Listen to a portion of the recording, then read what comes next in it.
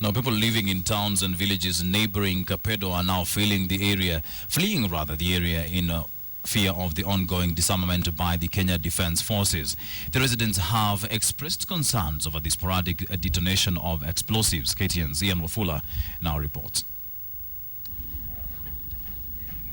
Chemolingot, not just the last town before Kapedo, but also the very last point for power lines and network connections. And now, the town's civilization is working against them, according to a section of residents. With the ongoing KDF operation to recover firearms in Kapedo and its environs, the residents here fear they'll be victimized following claims that they're supplying bandits with food and other necessities, prompting a number of them to flee the town to avoid a raid. Tumeshangaa sana upande huu wajeshi wanatuhamia vibaya. So tungependa hivi bwana hao askari waende penye wakora bwana wako isitusumbue. Hata jana tulilala msituni, kila siku tunalala msituni, hata shule kwenda ni shida. Wameanza tu kutupia mabomu ovyo. Sasa tunaomba serikali itusaidie kulingana na watoto, wengine wako na familia, wengine wako na nini, watu wanalala kwa msituni.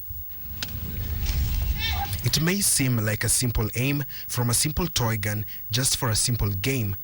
But even as these children continue to play here innocently on the streets of Kapedo town, their games are significant to recent activities in the region. Banditry continues to rock most parts of North Rift, Kenya. And in fact, for instance, if you have a look at this police vehicle right behind me, which was the second one to be attacked in the area, and have a look at the bullet holes, you'll realize that those who attacked this van were well skilled.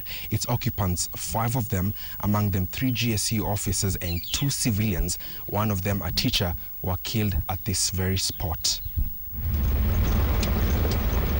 Another 40 kilometers away lies the scene of the third ambush, the height of the recent bandit ambushes that led to the killing of 21 administration police officers and 3 civilians. Pictures of the scene emerging for the first time, clearly bringing to perspective that the men on board these 2 lorries were in a vulnerable position. The attackers, having vantage points from the surrounding hills and bushes, leaving nothing untouched, they rained ammunition down on the officers and grabbed their guns. As the disarmament ordered by the president continues, another firearm was recovered. Herders found it placed on rocks along a pathway. This brings the total number of those recovered to 7. Unajua hawa jamaa wanakuja kutupa msituni, alafu watu wanakuja kuitwa, wakuja wakote tu. So wase wamepata hiyo na wamerudisha. Na zingine bado sijapatikana. But in Nairobi, a section of the legislators demanded that the KDF be withdrawn from the area. When they go into an area, they decimate it. Because they don't have any other training. The police training is to investigate crime and apprehend criminals. So what is the army doing there? Is it to brutalize? Is it to threaten?